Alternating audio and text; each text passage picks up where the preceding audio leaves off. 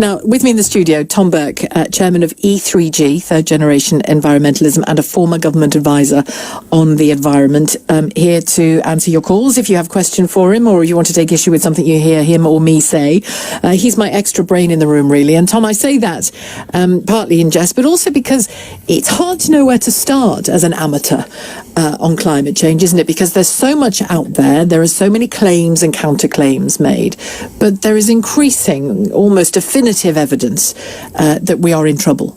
Oh yeah, I think there's no question now about the science and what the science means. But in some people's minds, there still are. Of course there are. And there's been a grand debate running actually for 40 years, and not all of it's been tremendously well informed in a sense. So I don't blame anybody for being a bit confused. But I think what we've begun to see now, when you're getting central bankers talking about the prospects of the damage to the economy from climate change on the same day as you have protesters in the streets doing what they're doing, then there's clearly a new signal arriving about the urgency. So it's absolutely right for people now to do what they can to find out, because at the end of the day, everybody's going to form their own opinion. Well, very kindly, somebody sent me, James, and I think several other presenters at the station, somebody called David Wallace-Wells, a book called The Uninhabitable Earth, The Story of the Future, which comes highly recommended to me, so I'll go away and read that. You've recommended, off mic, so let's bring it on mic, Sir John Horton. You said he's written a good sort of primer for anyone who wants to start from scratch and learn about what we do know about climate change. Yes, and it's a very basic outline in a very clear way of the science of climate change. So unlike the other book you've referred to, which is a book about what a changing climate might mean for us, which therefore contains even more things you might argue about, this is a very straightforward presentation of the science of climate change, why it is that putting greenhouse gases into the atmosphere leads to a change in the temperature, and how that leads to other changes that affect our lives. Right, let me throw at you some of the things that people typically say when we have this conversation on air, and then I'll put callers through to you. One of the things I hear most is, in geological time, our climate has always fluctuated, sometimes greatly. That's all that's happening again. Well, at some level that's true, but it's fluctuated over very long time scales, and what we're doing now is changing the climate in a period of looking now maybe 100 years or so, and there's no example in history of a change being precipitated that quickly. So the difference is not that we haven't, we're doing something that hasn't happened before. And of course, the other big difference was when the climate changed before, there weren't human beings on the planet and there wasn't civilization as the climate changed. And we know that substantial species have been wiped out in an instant sometimes. We've had mass extinctions before as the climatic conditions have changed for one reason or another. There are different reasons why the climate changes. I mean, you can have, as we had, an impact of a big asteroid which led to massive ejection of material into the atmosphere. That changed the climate and led to a mass extinction. Or you can have changes over long periods of times in the tilt of the Earth's axis. So let's look at some of the language we hear typically on this. The greenhouse effect. What's the greenhouse effect? Literally what it says. I mean, if you put more of the greenhouse gases into the atmosphere, they trap more of the heat that's come in from the sun as it's radiated back to space, and so you literally warm up the air. You're microwaving Earth, essentially. Not quite microwaving, but... No, I don't think... high-speed heating up. It's like putting on... I confused things already, I knew I would. I think so, sure. But high-speed heating up. It's like putting on a blanket. It is exactly like what happens when you put on a blanket. You trap heat. And those greenhouse gas emissions, carbon dioxide, methane... nitrous oxide? The nitrous oxides, there are quite a lot of them, but the ones that really matter, carbon dioxide is the most, and then probably methane is the next most important. And when you talk there about changes over time, what is what's the problem with something becoming warmer slowly and something becoming warmer quickly? Well, is it intrinsically problematic for it to get warmer quickly? Yes, it's very much because all of those natural systems on which we depend for everything in our economy that isn't provided by minerals and fossil fuels all of those ecological processes change rather quickly. They can adapt to very big changes, but not quickly. And so we're undermining the ability, if you like, of the natural systems of the Earth to provide the things we need for civilization to survive. And civilization requires a very high level of productivity from natural systems so that human beings have the time to thrive. Yeah, exactly, to thrive, to do all those things. Robert in Ruislip will be our first questioner in a moment. He wants to talk about pollution levels. Yeah. I want to say, just before we go to the break, are you aware how much like an Attenborough you look? No. You look like Dickie Attenborough. It's just reassuring me to have someone who looks like an Attenborough in the room. I promise it wasn't a plan. More like Dickie Attenborough, okay. Which is a good thing. 18 minutes past 1. Tom Burke, chairman of E3G, Third Generation Environmentalism, and a former government advisor on the environment, and an advisor to Sheila Fogarty on the environment, and if you like, an advisor to you on the environment. Robert has called from Ruislip on pollution. You have a question, Robert. Fire away. I'm in my 80s, went to school during the war. All heating was by coal. All trains went on coal. Vast amounts of fires were on 24 hours a day as bombs were dropping. We pumped God knows how much rubbish into the air, vastly more than we're managing to put in now, believe me, from personal observation. So I'm forced to a conclusion, purely from my point of view, that any heating effect that we're seeing is nothing whatsoever to do with man. It's like an ant assuming that he's building a house.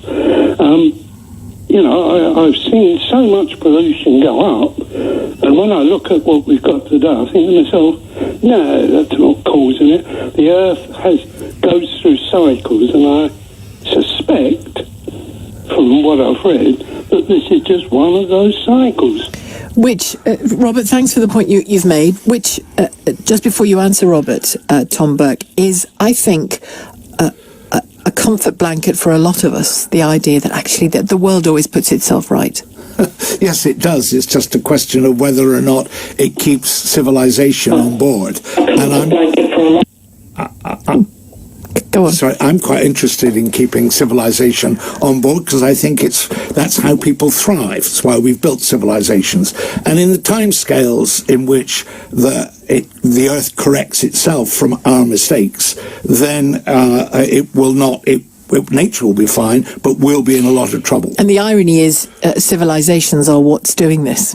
Yes, it is. Some of them, anyway. No, it's true. It's the fact that we've built, by using energy, by creating the pollution that Robert was talking about, we have got lots of benefits. The point is the bill for those benefits is coming in now, didn't come in when we first started burning them. So we did, as you do in your own life. You run up a bill, and when it comes in, it's a bit of a shock.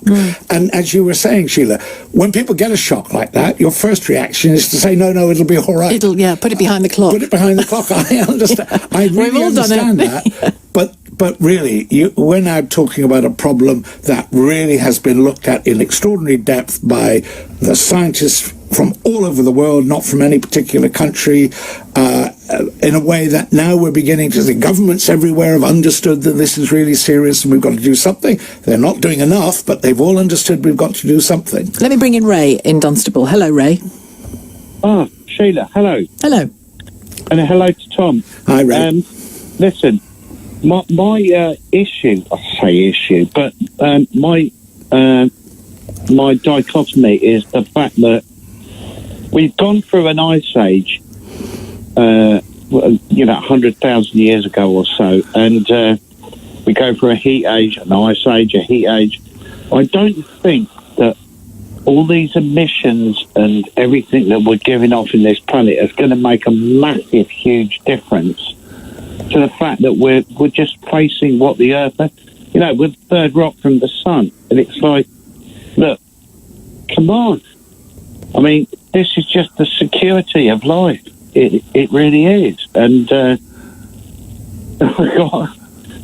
not quite sure what you're saying, Ray. Are you saying that fears over climate change are exaggerated? Is that what you're saying? Massively. Okay, answer that, Tom. Well, you've got to be really brave if you think that you are the only person that's seen the truth and that this is all exaggerated, and all these other people are all wrong and they're all making it up. I find that a very unconvincing kind of argument to use. The reality of it is evidence of what's happening and a role of human beings in it comes from all kinds of different places. It's all consistent. It all says it's the burning of fossil fuels that is the primary cause of this problem, and that it's the human beings, therefore, that are making it happen to them. Now, I can't change anybody's opinion if that's an opinion they've come to have, but people's opinions don't change the facts. Right? Well, we all know what carbon is. I mean, it's just dead fish, basically. That's all that the oil is. That's all the oil industry is, carbon.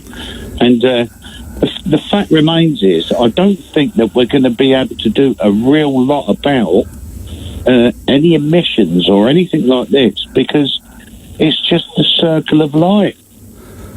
It really is. This is comfort blanket territory again, Tom. It is again. It's making the same point as Robert was making. It's absolutely right about the fact that fossil fuels are essentially animals and plants that have died and been compressed over very long periods of time. But it'll be geologically.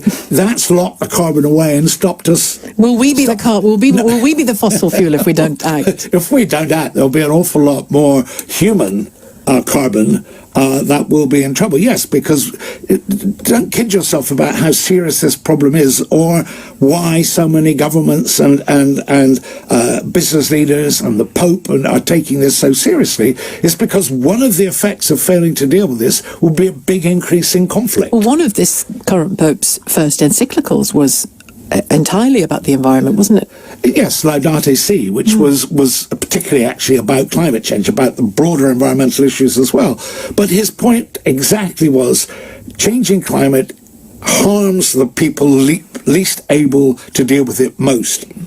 The Pope's mission, as he's made very clear, is to deal with poverty, to deal with injustice. And what he understands, and what I think actually is much more broadly understood by the people who've looked into this subject, is that injustice and poverty are going to be the kind of products of failing to deal with this. And is climate change already causing, in your view, some of the mass movements of people that we're seeing? Yeah, there's no doubt that that climate change has played a part in triggering, not causing, but triggering in a lot with other factors, things like what happened in Syria. So we know that that's now been very well documented. We've seen in what way? Describe that. Well, what happened was there was a prolonged period of drought. In other words, more than the normal drought, which is exactly what you'd expect from a changing climate, that drove a big because exodus. Syria, Jordan, Lebanon, they've had water supply issues for a long time, haven't they? Forever, yes. Yeah. And this added to the stress, and it drove about 1 million and a bit of farmers from rural areas into the cities, where there was already a lot of tension, a lot of anxiety, and that was enough to trigger the rebellion against Assad. And we've seen it in much more, as that's human scale, we've seen what's happened in places like Bangladesh, where rising sea levels are already on that big sort of estuary, driving people back from the sea. And can you stay and talk more about rising sea levels in a moment? Can. Yeah, and sure. we'll have a quick question from Amelia in Hackney before we go to the news. Hi, Amelia. Hi, thank you so much, Michael. I'm so much agree with the point that Tom made, especially regarding productivity and our expectations from what the planet can produce. I think the main frustration with everyone who cares about the environment comes from the fact that there is things are done. For example, we have the low emission zone now introduced in London, for example. There is we cannot see the urgency of things happening quickly. And my question, and I'm starting a master's in global policy and environment this year. My field is sustainability. I have a major interest in sustainable business models and corporate social responsibility. What I would like to know is how do we coordinate environmental organizations and experts and government to impose faster change of regulations, because this is exactly what needs to happen. Regulations have to be imposed in every single sector, in every single industry, every single business, manufacturing process. This is where we need to look at. Okay, well, let Tom answer that, Amelia. You're right that this is an area where we've got to see much more action from politicians using governments to align the efforts of lots of other people.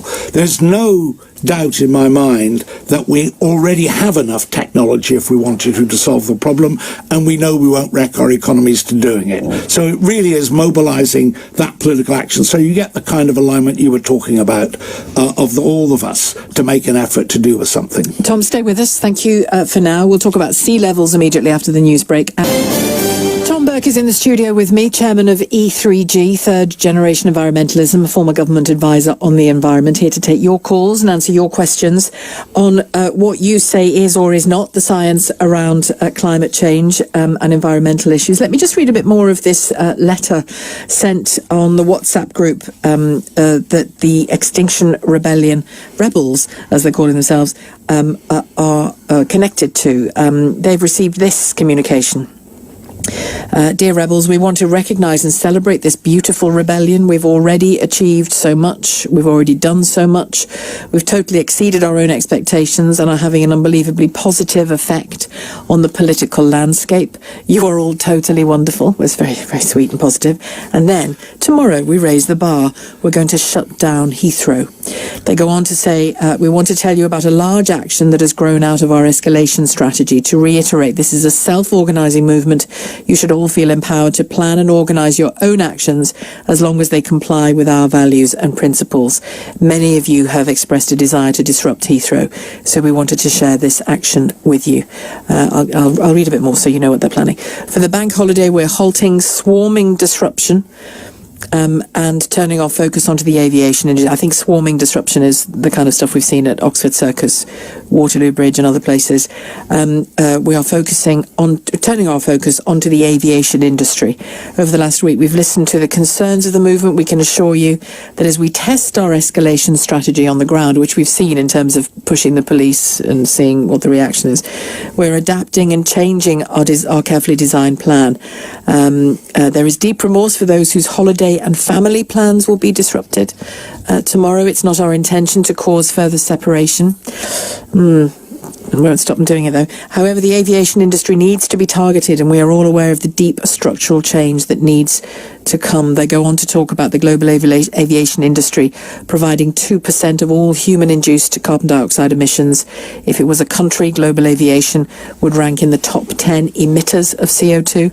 Unfortunately, the emissions from this industry continue to increase at a truly alarming rate. Parliament has approved a policy for airport expansion. The UK government is moving in completely the wrong direction. That is their plan. Is that going too far? 0345 6060 973, the number to call. Tom Burke, you and I were chatting about this in the break. You described this kind of protest as a performance art, and you have to choose your steps very carefully. Is this too far? Yes. Look, this kind of protest is a traditional part of political life in Britain. It's very widely accepted that by the public over, I think now, centuries, that this is a legitimate way to express your feelings and your opinions. But I think, like anything, it's a careful judgment for those people leading this about when you've made your point. Because you were in Friends of the Earth and did all kinds of protests over the years. Exactly. I've organised demonstrations in central London. I think the urgency, I completely understand and agree with the urgency of this problem, and that you need to do things that really do catch the attention. And they really have succeeded, as part of these protests says. Well, they really have changed the conversation in Britain about climate change, and that's an extraordinary accomplishment. Now, I have no idea at what point the public begins to change its mind. That's a judgment for the people leading this to make. I have no idea what it is. I have no idea that. But there's risk. There's risk in that Heathrow move. Well, there's risk in every move. Yeah. And so far they've done very well in getting those risks. You know, the people who are doing this are not witless people doing something stupid and blunt. They're people who've thought very carefully about what they're trying to accomplish. They're not simply making a gesture. They're trying to drive a political process that's pretty broken forward. And they have to make the best judgments, like all of us do, about what will work and what won't. Okay, let me bring in Tony in Weybridge. Your question or your point to Tom, Tony? Oh, hi, Sheila. Hi, Tom. It's just a point. I work for one of the global solar development company, one of the biggest in the world. And it's just a case that the majority of our investors and the majority of our clients happen to be large oil producers. So it's all right. It sort of sends an answer, and it sends a big questions often to the protesters. If they did a bit more homework and engaged actually in changing the world instead of just politicising it, we'd probably see a bit more momentum. So when they smashed the windows at Shell headquarters in London, what did you think, Tony? Well, Shell are one of the biggest investors in clean tech in the world. So if they did the homework, they'd actually know. I understand there are going to be many more contradictions than that. The oil companies have been rather late to... But better late than never. I completely agree, better late than never. And if you're going to make the kind of changes in our energy system we need to make, you're going to need very big players to make them. But the oil companies, I understand people singling them out in a way for protest, because they really did know a lot more about this problem. And some of them went to some lengths to conceal that knowledge, as it were, from Well, look the at public. VW. Look at More recently. VW on this, but Exxon, for instance, Shell. Shell have known about the seriousness of this problem for 30 years or more. They were one of the early companies to start doing things about it, to start talking about it. They're now doing something about it, so they've made some progress. But I understand people feeling it's a little bit too little, too late. And Tony, on this expansion of their protests to Heathrow tomorrow, they even say on this WhatsApp letter, we're all going to face pushback on this. And my guess is they're going to feel that pushback a lot more than they have based on these London protests that we've seen so far, because it's Easter bank holiday weekend. There will be people flying abroad to see their families. There'll be all kinds of reasons why people are flying, but that will be a huge reason why people are flying, or getting a much needed break in a busy world. Is this a step too far, do you think? Is this going to bite them on the bum? Absolutely. I'm a great believer. If you want to change the world, do something about it. Standing there protesting and getting arrested doesn't change the world. You have to be proactive. You have to get out there and actually make things happen. And to be fair, I get their point. But, if they really want to change the world, get involved, but don't just stand there protesting, because there's lots of really decent people out there that work incredibly hard and do incredibly great jobs that do change the world, and these people are going to be disrupting them. I think the point that Tony's just made is very important. This is not about good guys and bad guys. There are lots of people working in the existing industries, the existing fossil fuel industries, that are doing the best they can, which is why you can't do this without government being involved. You can't have a climate policy or an climate compatible energy policy without a labour policy, without a policy that says, what are you going to do for those people who are working in the existing industries? An agriculture policy. And an agriculture, exactly the same. You've got to have, you can't see this as a single point, but the scale of change we're talking about is very considerable, and what we're dealing with is an opera, not a song. So you can't look at just one actor and say they should be doing something, because they're playing their part on a very big stage. But it would be great if there was more cohesion between all those actors, wouldn't it? We got there eventually with Shell, by the sounds of it, and thank you, Tony, for your call, Tony in Weybridge, who works for one of the biggest solar companies, and the oil companies are supporting them in that. So that is immense progress, I think. Yeah, I couldn't agree with you more.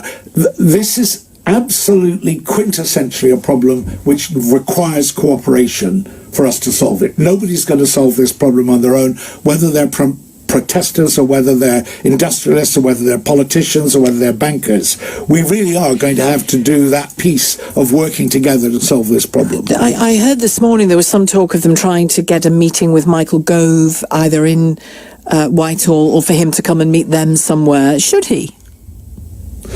What would that look like? No, because the optics matter, don't they, on both sides? The optics matter, and from a government that's just admitted it's not going to meet its budget, carbon budget requirements, the legal requirements, that's going to be quite good optics. The much more important question is, what do you think Michael Gove will do for you?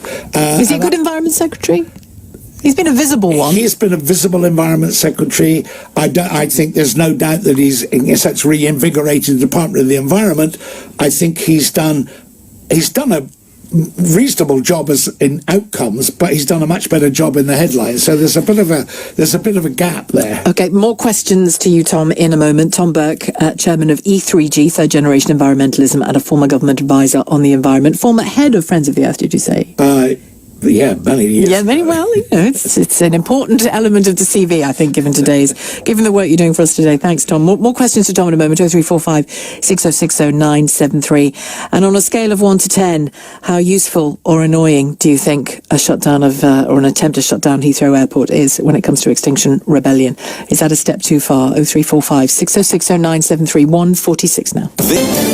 Extinction Rebellion, they've been rather dominating affairs this week, haven't they, in central London at least, and in other cities around the UK, Bristol, Edinburgh and the like. They're about to up their game, according to a WhatsApp group message that's been sent around. Tomorrow, we raise the bar. We are going to shut down Heathrow. Easter bank holiday weekend. Is that something that you think is a step too far? Even if you support them, even if you admire the kind of attention they've got for climate change and the environment this week, is that a step too far for you? 0345 6060 973. Tom Burke is with me in the studio, chair of E3G, third generation environmentalism, former government advisor on the environment, and former Friends of the Earth a long time ago. We were talking in the break there about, these protesters are risking arrest. Campaigners over the decades have risked their lives, haven't they? Think of the Rainbow Warrior, one sunk, one dead, torpedoed by...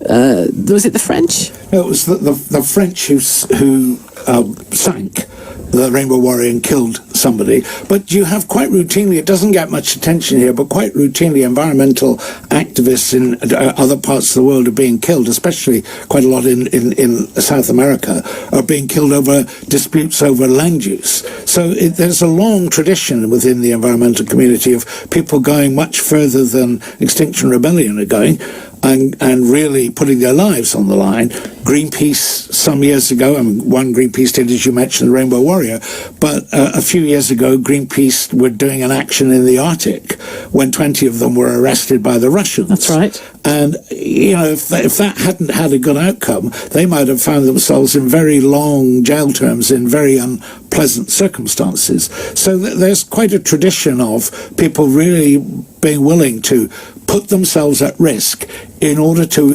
demonstrate and illustrate the risks that we, in a sense, are creating for ourselves by damaging the environment. And you mentioned Latin American campaigners. The name of Berta Cáceres is on the back of that pink boat in the middle of Oxford Circus. Yeah, right. 7 men were convicted of murdering her. She's a Honduran environmentalist. She's Honduran, yes. And her name is on the back of that boat now. Yes. I certainly wasn't familiar with her name, but again, that's the kind of thing you're talking about, isn't it? Familiarising people with what's going on.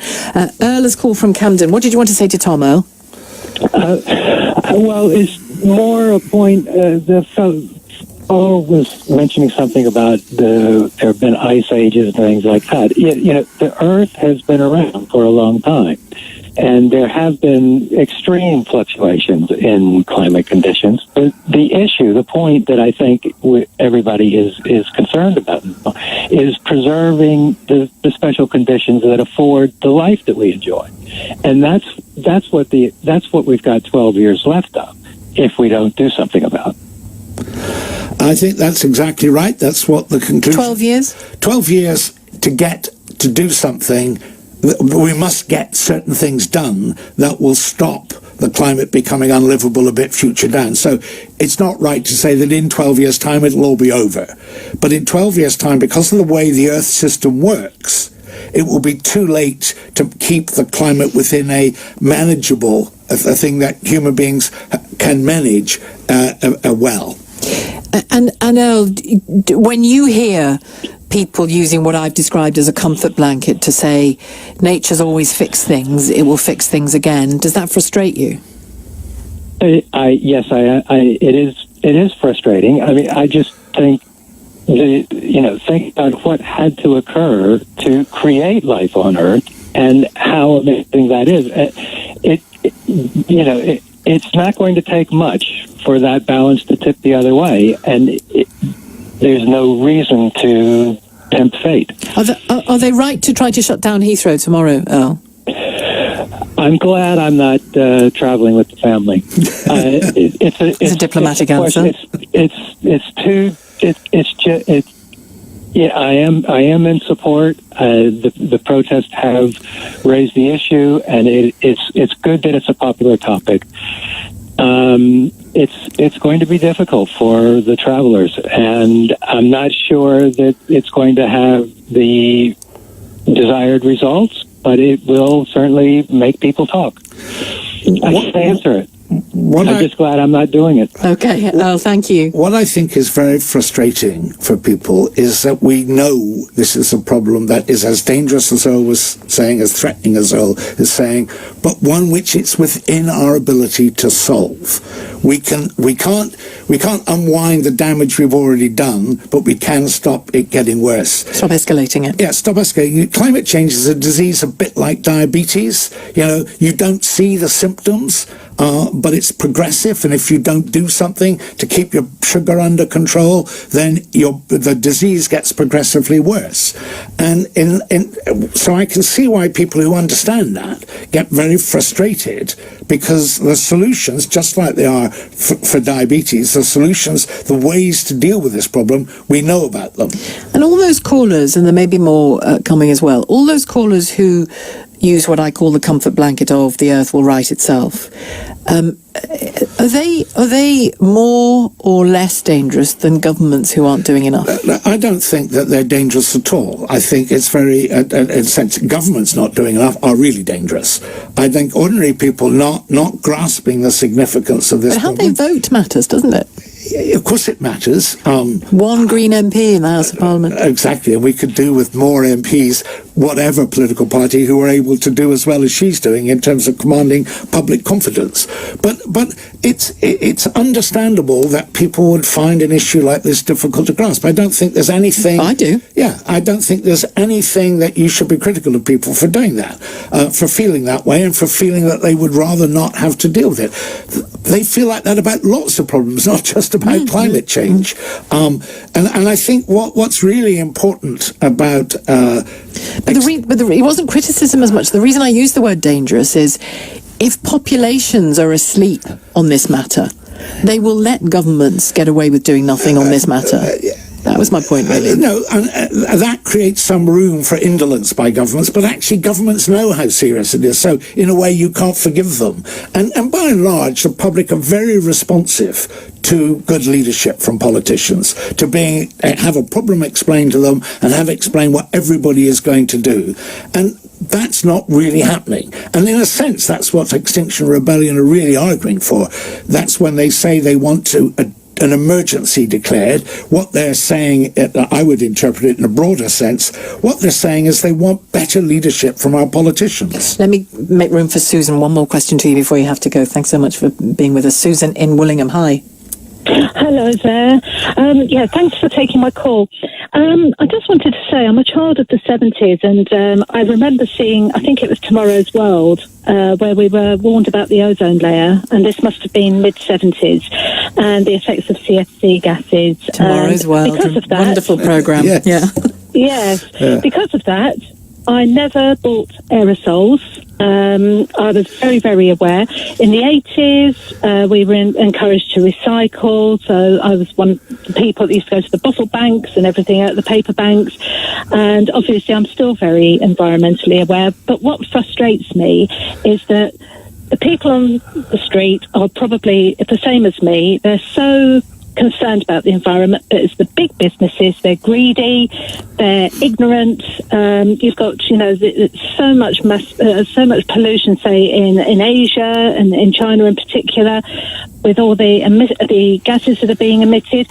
So as much as I've sympathised with these protesters, I think it's great that they're actually bringing so much awareness. They are disrupting innocent people's lives, people who are trying very, very hard. Is Heathrow a step too far for this protest, Susan? Personally, I think so, because I can't believe that not one of those protesters has never been on a plane. Go on, Tom. Susan, I'll let Tom give us a final thought. I can understand, and I think it's great that they're doing this. On the other hand, they're also taking resources away. We've got terrible crime, not just in London, but in all these cities. All the police probably the majority of the police are having to deal with this. Yeah, there are some very serious policing issues that need attendance. You're right. That was my first thought after about day 1.5 of this whole thing. Final thought from you, Tom, on what Susan was saying. Well, I think Susan was absolutely right. I'm a child of the 60s. She was an early adopter. She was an early adopter, and she's helped to make the advances we've got to possible. I think there's always going to be an issue about consistency. When you're asking people as part of a moral campaign, then there's always going to be a consistency question which you have to answer. If you're asking people to do something politically because you have a political argument, then I think that sort of accusation of hypocrisy is beginning to sound a bit artificial. So to some extent, it depends whether you're trying to put a moral argument or a political argument. Quick question, final question. If you can, yes or no-ish answer. Are we going to get there? Oh dear. It's a maybe. It's a maybe. Tom, thank you. Tom Burke, pleasure to meet you, Chairman of E3G, Third Generation Environmentalism, and a former government advisor on the environment. More